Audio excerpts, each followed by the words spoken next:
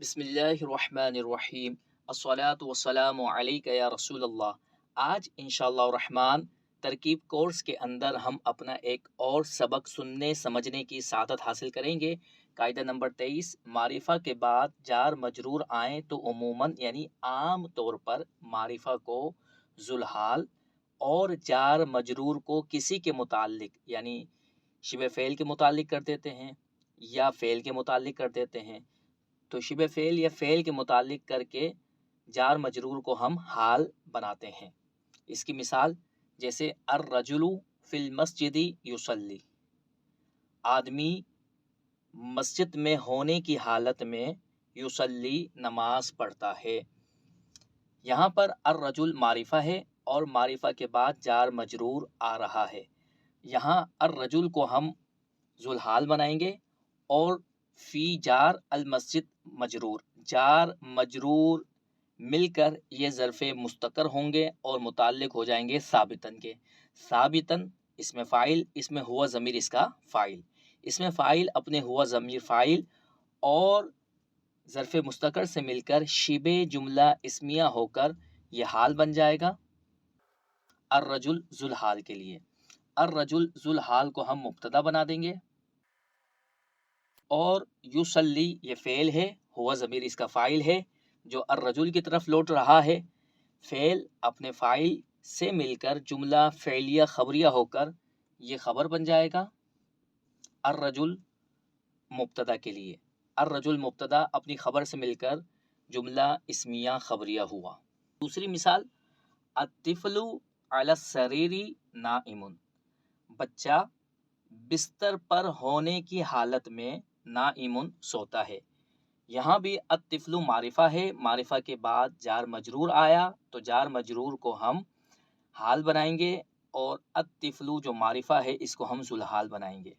الطفل ذوالحال مبتدا، علی جار، السریر مجرور، جار مجرور مل کر ظرف مستقر اور یہ بھی متعلق ہو جائیں گے ثابتن کے۔ ثابتن اس میں فاعل، اس میں ہوا ضمیر اس کا فاعل جو الطفل کی طرف لوٹ رہا ہے، اس میں فاعل اپنے ہوا ضمیر فاعل اور ظرف مستقر سے مل کر شبہ جملہ اسمیہ ہو کر یہ بن جائے گا حال۔ حال کہہ کر ہم اس کو چھوڑ دیں گے۔ بعض لوگ ذوالحال اور حال کو ملا کر مبتدا بناتے ہیں، لیکن ذوالحال مبتدا بنے گا، اس کو حال بنا کر ہم چھوڑ دیں گے۔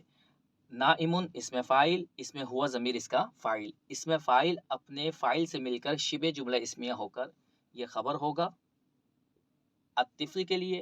الطفل مبتدا اپنی خبر سے مل کر جملہ اسمیہ خبریہ ہوا۔ یہاں پر جو قاعدہ بیان کیا گیا یہ قاعدہ کلیہ نہیں ہے، قاعدہ اکثریہ ہے، یعنی اکثر اوقات ایسا ہی ہوتا ہے کہ اس میں معرفہ کے بعد جو جار مجرور آتا ہے ہم اس کو حال بناتے ہیں اور اس میں معرفہ کو ہم ذوالحال بناتے ہیں۔ یہ قاعدہ اکثریہ ہے، قاعدہ کلیہ نہیں۔ کبھی ایسا بھی ہوتا ہے کہ ہم اس میں معرفہ کو موصوف بنا دیتے ہیں اور اس میں معرفہ کے بعد آنے والے جار مجرور کو ہم اس اسم معرفہ کی صفت بنا دیتے ہیں، جیسے اس مثال میں الکتاب فی الخزانتی مفید، وہ کتاب جو الماری میں ہے وہ فائدہ مند ہے۔ یہاں پر الکتاب معرفہ ہے، اس کے بعد جار مجرور آیا تو ہم یہاں پر الکتاب کو ذوالحال نہیں بنائیں گے بلکہ ہم اس کو موصوف بنائیں گے۔ فی جار، الخزانہ مجرور، جار مجرور مل کر ظرف مستقر ہوئے اور یہ متعلق ہو جائیں گے فعل کے یا شبہ فعل کے۔ ہم شبہ فعل نکال لیتے ہیں، اس میں فاعل ثابتن،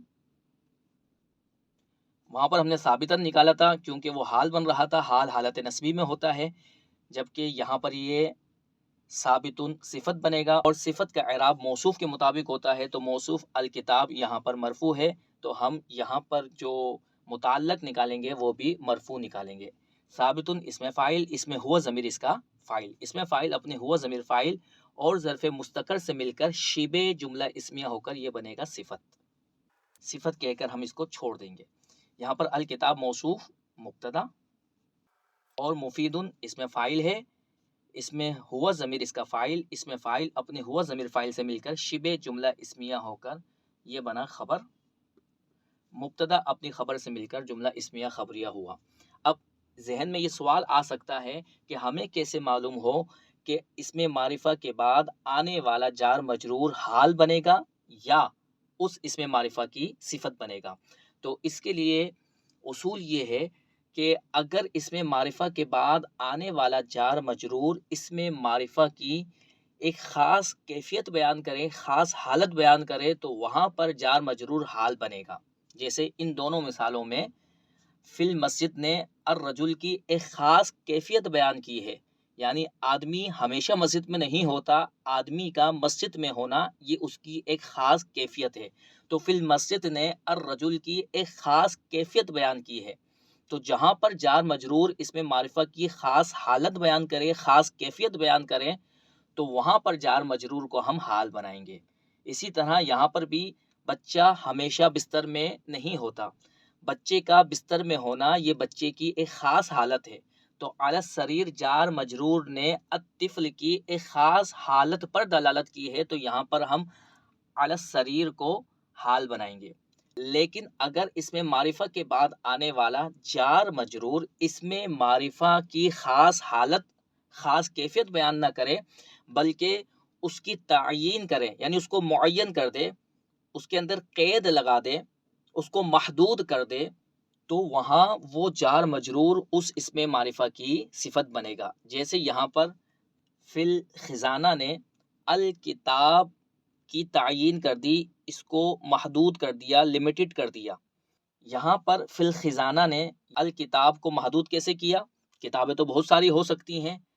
جب یہ کہا گیا کہ وہ کتاب جو الماری میں ہے وہ مفید ہے، تو اس سے دیگر کتابیں جو دیگر جگہوں پر موجود تھی وہ ساری کے ساری نکل گئیں۔ تو فی الخزانہ نے الکتاب کو محدود کر دیا۔ اگر فی الخزانہ نہ ہوتا، یوں ہوتا الکتاب مفید، کتاب مفید ہے، تو کتاب تو بہت ساری ہو سکتی تھی اور مختلف جگہوں میں ہو سکتی تھی۔ الماری کے اندر جو کتاب ہے وہ بھی کتاب ہے، الماری کے اوپر جو ہے وہ بھی کتاب ہے، اور ڈیسک پر جو کتاب ہے وہ بھی کتاب ہے۔ تو ان تمام صورتوں میں کتاب کے اندر عموم پایا جا رہا تھا، لیکن اس عموم کو فی الخزانہ نے کم کر دیا، اس کو محدود کر دیا۔ تو جب جار مجرور اس میں معرفہ کو محدود کر دے، اس کو لمیٹڈ کر دے، تو وہاں پر جار مجرور کو ہم اس میں معرفہ کی صفت بنائیں گے۔ اور یہاں پر ہم الثابت کے اوپر الف لام بھی لگائیں گے اور اس کے اوپر سے تنوین ہٹا دیں گے۔ الثابت کیونکہ موصوف معرفہ ہے تو صفت بھی معرفہ ہوگی۔ اللہ تبارک و تعالیٰ کی پاک بارگاہ میں دعا ہے کہ اللہ تبارک و تعالیٰ ہمارے تمام کبیرہ صغیرہ گناہوں کو معاف فرمائے اور پیارے مصطفیٰ صلی اللہ علیہ وسلم کا مبارک روزہ بار بار دیکھنے کی سعادت عطا فرمائے۔ آمین بجاہ النبی الامین صلی اللہ علیہ وسلم۔